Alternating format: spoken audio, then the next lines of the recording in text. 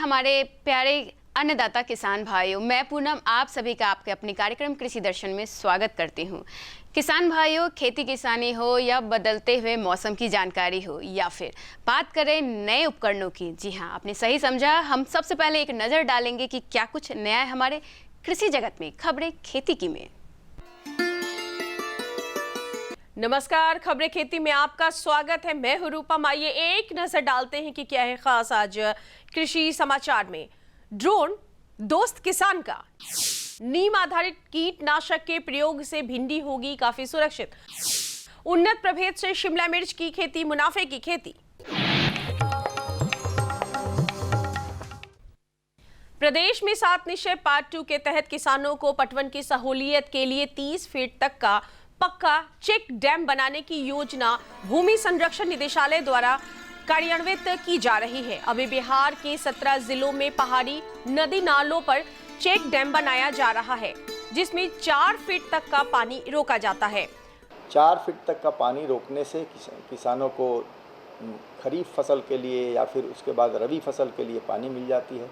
वहाँ कुछ लाइफ गतिविधियाँ विकसित हो जाती है और किसान काफ़ी हर्षित रहते हैं। वहाँ के लोगों की स्थिति में सुधार होती है। रंगीन चेक डैम देख करके लोग प्रसन्न होते हैं। किसान भाइयों, इन दिनों भिंडी में चूसक, तनाछेदक और फल वेधक कीटों का प्रकोप देखा जा रहा है। ऐसे में आप भिंडी तोड़ने से 4-5 दिन पहले नीम आधारित कीटनाशी 4 मिलीलीटर प्रति लीटर पानी में घोलकर छिड़काव अवश्य कर दे। इस कीटनाशी का प्रयोग आप भिंडी की प्रारंभिक अवस्था से ही 5 से 7 दिनों के अंतराल पर कर सकते हैं, तो आपकी फसल इन कीटों से सुरक्षित रह जाएगी।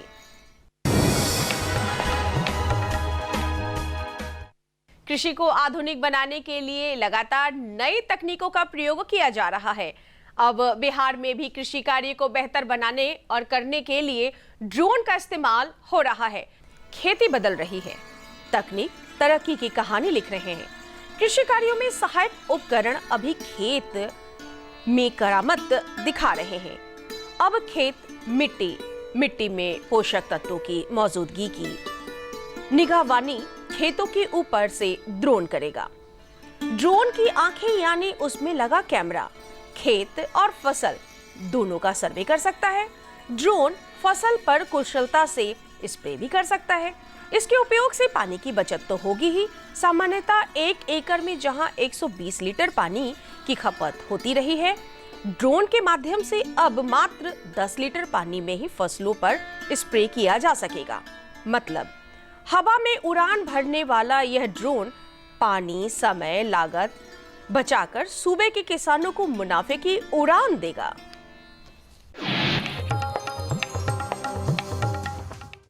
पोषक तत्वों से भरपूर शिमला मिर्च की मांग बाजार में काफी तेजी से बढ़ रही है।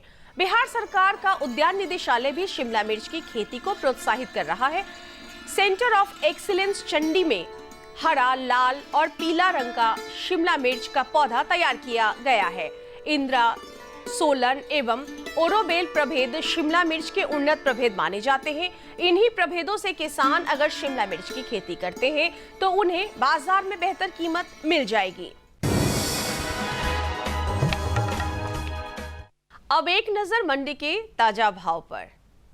राजधानी सहित प्रदेश की विभिन्न मंडियों में आलू और प्याज के भाव कुछ इस प्रकार स्थिर बने हैं। लाल आलू 2000 रुपए प्रति क्विंटल, सफेद आलू 1800 रुपए प्रति क्विंटल, नासिक प्याज 1900 रुपए प्रति क्विंटल। और चलते चलते किसान भाइयों, आप देखिए मौसम का पूर्वानुमान। राजधानी पटना सहित प्रदेश के अधिकांश हिस्सों में अधिकतम तापमान सामान्य से ऊपर बना हुआ है। मौसम पूर्वानुमान में बताया गया है कि अधिकतम तापमान में वृद्धि होने और पछुआ हवा के प्रभाव के कारण प्रदेशवासियों को फिलहाल गर्मी से निजात मिलने की कोई संभावना नहीं है। अधिकतम तापमान 43 डिग्री सेल्सियस जबकि न्यूनतम तापमान 30 डिग्री सेल्सियस बने रहने की संभावना बनी हुई है। अभी आपने देखा कृषि जगत की गतिविधियों को। किसान भाइयों, बदलते हुए मौसम में खेती किसानी कैसे करें, साथ ही पशुपालन से संबंधित क्या समस्याएं हैं, योजनाएं हैं, इन सभी से जुड़े कोई भी सवाल आप हमसे सीधे फोन इन लाइव के द्वारा पूछ सकते हैं। तो इंतजार कैसा, बिना वक्त गवाए फोन उठाइए और जुड़िए हमारे कृषि विशेषज्ञ से। तो सीधे आपको लिए चलते हमारे स्टूडियो, जहां हमारे कृषि वैज्ञानिक आपके प्रश्नों के उत्तर के लिए मौजूद हैं।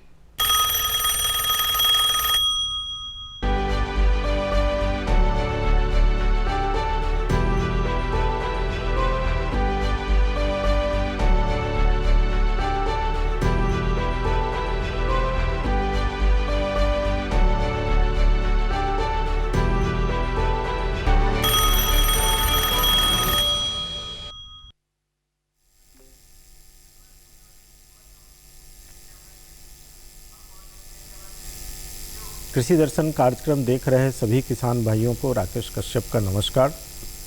किसान भाइयों, अभी जो समय है जिसमें बिहार के लिए जो सबसे महत्वपूर्ण फसल है, और अगर पूरे सीजन की बात करें देखें तो धान हमारे प्रदेश के किसानों के लिए सबसे अधिक क्षेत्रों में बोई जाने वाली एकमात्र फसल है। तो आज हम लोग विशेष रूप से चर्चा करेंगे धान की फसल में जल प्रबंधन। बहुत ही महत्वपूर्ण विषय है जिसमें कि किन स्टेज पे कब कब पानी की महत्ता होती है, ऐसे तमाम कारक हैं जो आपको जानना चाहिए और उसका क्या प्रभाव पड़ेगा। और इन सारे विषय पे हमारे साथ विशेषज्ञ भाग लेंगे। डॉक्टर आशुतोष उपाध्याय जो प्रमुख हैं भूमि एवं जल प्रबंधन विभाग, भारतीय कृषि अनुसंधान परिषद पटना पूर्वी क्षेत्र का जो सेंटर है उसमें। आप इनसे जुड़ सकते हैं, जुड़ के प्रश्न कर सकते हैं। प्रश्न करने के लिए आपको हमारा टोल फ्री नंबर डायल करना होगा। हमारा टोल फ्री नंबर है 180034566171। तो आप इस नंबर का उपयोग करके, और एक बहुत ही महत्वपूर्ण विषय है जो आपके धान के उत्पादन और उत्पादकता दोनों पे इसका सीधा प्रभाव पड़ता है कि पानी कैसे महत्वपूर्ण है। तो डॉक्टर साहब, जैसे कि ये विषय है, आमतौर पे किसान भाई ऐसा समझ सकते हैं कि बरसों से वो धान की खेती कर रहे हैं और धान मुख्य रूप से पानी के साथ उसका एक अनुनाश्रय संबंध है कि उसमें बिचड़ा से लेके और मुख्य फसल तक कितना महत्वपूर्ण है। अभी जैसे जलवायु परिवर्तन हो रहा है, बारिश की संभावनाएं बार बार इधर उधर होती है, हर बार कभी बिचड़े के समय में जल होता है, कभी नहीं होता है। तो धान के लिए अभी के परिप्रेक्ष्य में जल कितना महत्वपूर्ण है और कौन सा एकदम क्रिटिकल स्टेज है? जैसे गेहूं में कई क्रिटिकल स्टेज हैं, धान का वो कौन सा क्रिटिकल स्टेज है जिसमें पानी के लिए उनको निश्चित ही सोचना चाहिए? आपने बड़ा महत्वपूर्ण प्रश्न किया है। धान कहा जाता है कि धान, पान और केला तीनों पानी की चेला, अर्थात धान को भी पानी की अत्यधिक आवश्यकता होती है। इसलिए ये आवश्यक है कि धान में जल प्रबंध के बारे में जानकारी रखना।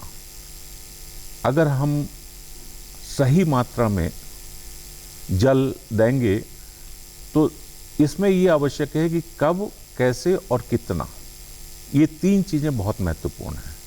इसलिए मैं कहना चाहता हूँ कि कब, कैसे, कितना दें जल, कैसे बढ़े दक्षता हर पल, इस जल प्रबंध पर जिसका ध्यान, ज़्यादा उपजाए वही किसान।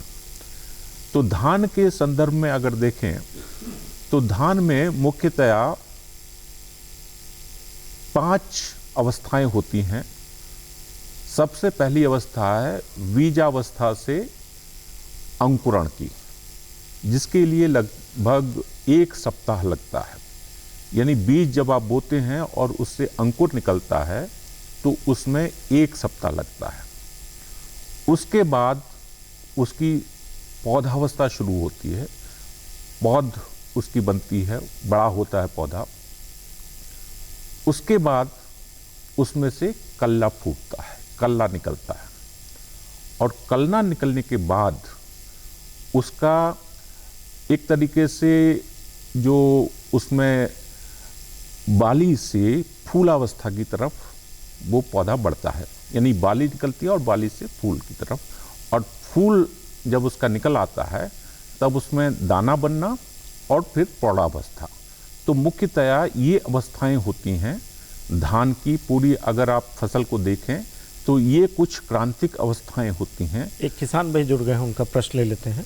हेलो हेलो हेलो जी, आप अपना नाम बताएं। जी, मुकेश कुमार कहलगांव से बोल रहे हैं। जी मुकेश जी, आप अपना प्रश्न बताएं। जी, मेन पूछना ये है कि धान में जल प्रबंधन तो जल से ही खेती होती है, लेकिन ये बताया जाए कि कुछ ऐसा चीज डाला जाना चाहिए जिससे कि कम जल लगे। देखिए, धान के लिए हमने बताया ना कि अगर धान की लिए हम सिंचाई की व्यवस्था करते हैं तो 3 तरीके से धान में पानी दिया जाता है।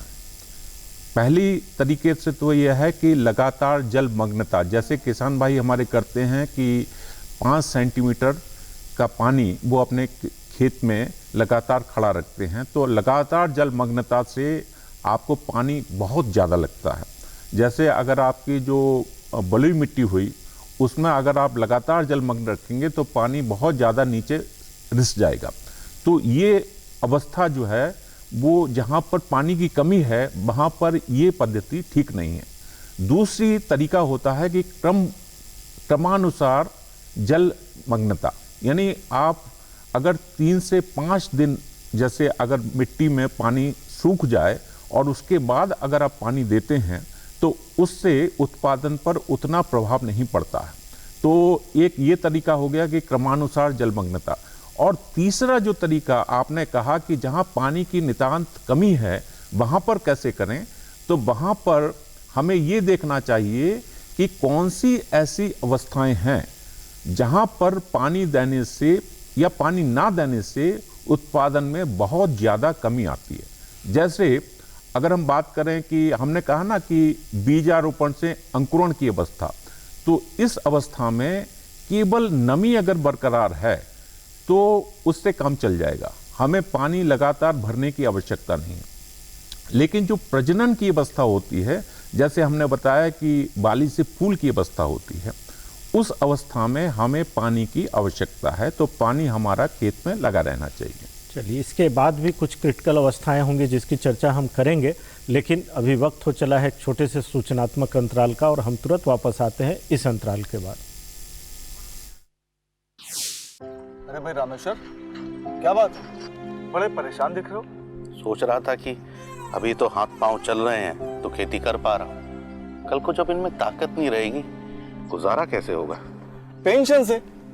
पेंशन? हाँ, और वो भी हम जैसे किसानों के लिए। अब हम जैसे छोटे किसान भी 60 साल के होने पर 3000 रुपए मासिक पेंशन पा सकते हैं। सच में? हाँ, चलो मैं तुम्हें दिखाता हूँ।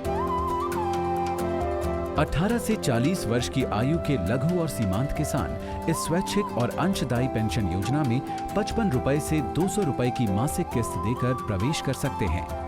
भारत सरकार भी हर महीने किसान के बराबर किस्त का योगदान करेगी। कभी नहीं सोचा था कि हम जैसे किसानों की भी पेंशन का सपना कभी सच होगा। प्रधानमंत्री किसान मान धन योजना, अन्नदाता के परिश्रम को संबल, पेंशन से सुरक्षित उनका कर।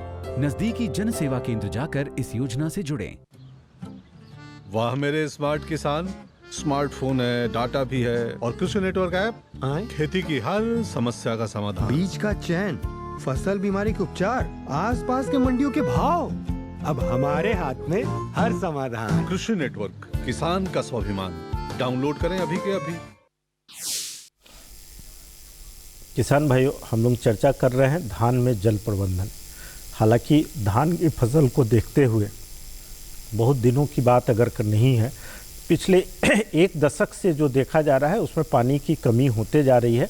कभी वर्षा का अभाव होता है और चूँकि हमारे प्रदेश में बहुत बड़ा भूभाग जो है वो सिंचित नहीं है, जहाँ पे इरिगेशन की व्यवस्था नहीं है, वैसे में आपको सचेत होने की ज़रूरत है कि किस अवस्था में अगर पानी की संसाधन कम है तो किस अवस्था में आप पानी दें। डॉक्टर साहब, अभी हम लोग चर्चा कर रहे थे, जैसा आपने बताया कि बीज का जब अंकुरन से लेकर और उसके पौध तैयार होने की है, उसमें अगर नमी सामान्य भी रहती है तो वो बच जाएगा, पौधा ठीक रह जाएगा। लेकिन उसके बाद फिर हम मुख्य फसल में जब लगाते हैं तो सामान्य तौर पे ये देखा जाता है कि लोग पानी लगाए और फिर कदवा किए, गीला किए, फिर तब उसमें फसल लगाते हैं। उस अवस्था में भी अगर पानी कम है तो उसका क्या प्रभाव पड़ेगा? हमें ये देखना है कि हमारी अगर बालियों की संख्या कम होगी तो फूल कम आएंगे और फिर दाने भी कम बनेंगे या दाने हल्के होंगे। तो जो प्रजनन अवस्था होती है, हमारा ये कहना होता है कि बाली बनने से 20 दिन पहले और फूल आने के 10 दिन बाद तक हमें अपने खेत में 5 से 7 सेंटीमीटर पानी की व्यवस्था रखनी चाहिए। अगर इतना पानी उपलब्ध है तो हमारे बालियों की संख्या कम नहीं होगी और उसमें बालियों में दानों की संख्या कम नहीं होगी। तो अगर हमें पानी उपलब्ध नहीं है दूसरी स्थितियों में, तो इस स्थिति में हमें ये ध्यान रखना चाहिए कि इस तरीके से हमें पानी की उपलब्ध रहे ताकि हमारा बाली और फूल और दाने ये हमें उचित मात्रा में मिल सके। तो वो लगभग अगर उनके पास सिंचाई की कम संसाधन है तो इतना बचाकर जरूर रखें कि फूल बनने की अवस्था के समय आप पानी की कमी को अवॉइड करें जहाँ पे ना हो सके। लेकिन अभी कितना इनके उत्पादन पे पानी के प्रबंधन में कमी होने से धान के उत्पादन में कितना प्रभाव पड़ता है? देखिए, धान के उत्पादन पर न केवल पानी बल्कि समयबद्धता का भी बहुत बड़ा योगदान है। क्योंकि मैं ये किसान भाइयों से कहना चाहूँगा कि अगर वो सही समय पर धान को नहीं लगाएंगे तो वो सही समय पर वो खेत भी उनका खाली नहीं होगा, काट नहीं पाएंगे, और धान अगर नहीं कटेगा तो फिर गेहूं भी वो सही समय से नहीं लगा पाएंगे। तो इससे क्या होगा कि पूरी फसल पद्धति में उनके लिए उत्पादन कम होगा और उनको हानि होगी। इसलिए मेरा सबसे पहला किसान भाइयों को ये सलाह है कि वो धान को सही समय पर लगाएं। जैसे मैं कहता हूं कि 25 मई से 6 जून जो रोहिणी नक्षत्र होता है, अगर उसमें वो धान को लगाते हैं, धान का मोरी लगाते हैं और उसके बाद उसकी रोपनी कर देते हैं, तो हमारा किसान अपने खेत को अक्टूबर के अंत तक धान काट सकता है और उसके बाद 15 नवंबर के बाद वो गेहूं की बुआई कर सकता है। तो इससे न केवल धान का उत्पादन अच्छा होगा बल्कि आने वाली फसल गेहूं का भी उत्पादन अच्छा होगा और उसके बाद वो जायद के सीजन में वो कोई दूसरी क्रॉप भी जैसे मूंग की फसल भी ले सकता है। तो 3 फसलें वो एक साल में ले सकता है। उससे उसका ओवरऑल उत्पादन जो है अच्छा होगा और लाभ भी उसे अच्छा होगा, बेहतर होगा। लेकिन अगर हम सामान्य रूप से जल प्रबंधन की बात करें तो जैसे अभी मौसम बदल रहा है, पानी की जलस्तर भी कम होते जा रही है, अन्य फसलों में भी जल प्रबंधन के ऊपर मुख्य रूप से किसान भाइयों को क्या ध्यान देना चाहिए? आवश्यकता इस बात की है कि फसल की कौन कौन सी क्रांतिक अवस्थाएं हैं, उन क्रांतिक अवस्थाओं को ध्यान में रखते हुए उन अवस्थाओं पर अगर हम सिंचाई करें या फसल को हम पानी दें तो उसकी उत्पादन अच्छा होगा, ग्रोथ अच्छी होगी और उससे जल का ह्रास भी कम होगा। क्योंकि जैसे मैंने कहा कि अगर निरंतर आप जलमग्नता रखते हैं तो उसका फसल में उतना ज़्यादा योगदान नहीं हो पाता है, वो पानी रिसाव के द्वारा भूजल में मिल जाता है या वो पानी बह जाता है। तो फसल में अगर ज़्यादा पानी का उपयोग हो, इसके लिए आवश्यक है कि हम जानें कि कौन कौन सी फसलें और उनकी जो क्रांतिक अवस्थाएं कौन कौन सी हैं जिन पर अगर हम पानी नहीं देंगे तो उनका उत्पादन कम हो जाएगा। तो ऐसी स्थिति में जहां पर हमें क्रांतिक अवस्थाएं मालूम कर लेना चाहिए और उन अवस्थाओं पर हमको जहां पानी की कमी है तो उन अवस्थाओं पर हमको पानी का अधिक से अधिक उपयोग करना चाहिए।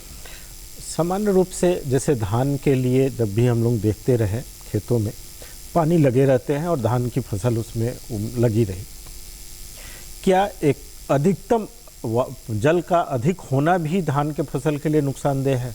बिल्कुल, धान में भी हमें जल निकास की आवश्यकता होती है। जैसे हर फसल की एक टॉलरेंस पावर होती है कि कोई भी फसल जो है कोई कुछ घंटे तक अधिक पानी को सहन कर सकती है, कुछ दिनों तक सहन कर सकती है। ऐसे ही धान में भी है कि धान में अगर 8 से 10 दिन तक पानी लगा रहेगा तो उसके उत्पादन में कमी आती है। इसलिए कोशिश ये करना चाहिए कि उसमें भी, धान के खेत में भी बहुत अधिक पानी बहुत दिनों तक नहीं लगा रहना चाहिए। अगर वो लगा रहेगा तो उसके उत्पादन में कमी आएगी। इसलिए ये आवश्यक है कि धान के खेत में भी 8 से 10 दिन से अगर ज़्यादा पानी होता है तो हमें जल निकास के बारे में सोचना चाहिए।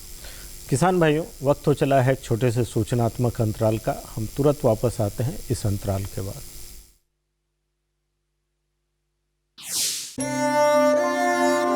प्रधानमंत्री किसान सम्मान निधि, उसका लाभ उन किसानों को मिलेगा जिनके पास 5 एकड़ से कम भूमि है।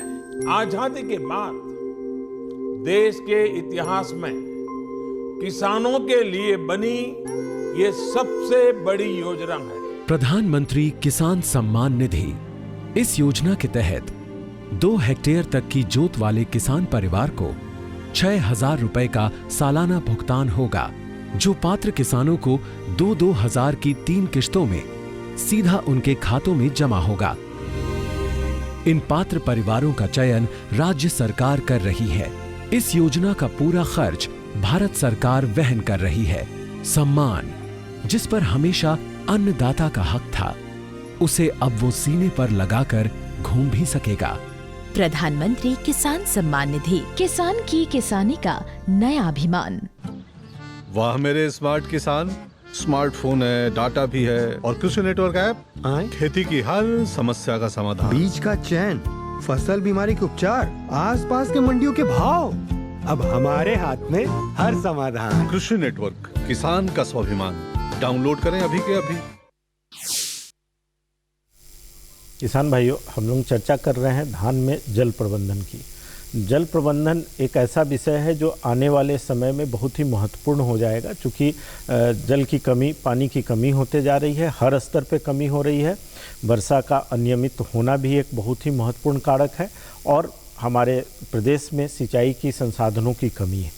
तो ऐसे में धान की फसल यदि आप करना चाहते हैं तो जो महत्वपूर्ण है कि शुरू में अगर आपके संसाधन कम है तो शुरू में धान के पौधे को कम पानी भी दें तो काम चल सकता है, लेकिन उसकी जो क्रांतिक अवस्था है उस अवस्था के लिए आप अपने संसाधन को बचाकर जरूर रखें यदि आप धान की फसल करना चाहते हैं तो। लेकिन डॉक्टर साहब, इसके साथ एक प्रश्न यह भी आता है, जैसे अगर बहुत सारे क्षेत्रों में, बहुत फसलों में स्प्रिंकलर का यूज हुआ है, क्या धान में भी कभी ये संभव है या ऐसा हमारे प्रदेश में नहीं, देश में या विदेशों में कहीं स्प्रिंकलर का उपयोग की कोई जानकारी है क्या?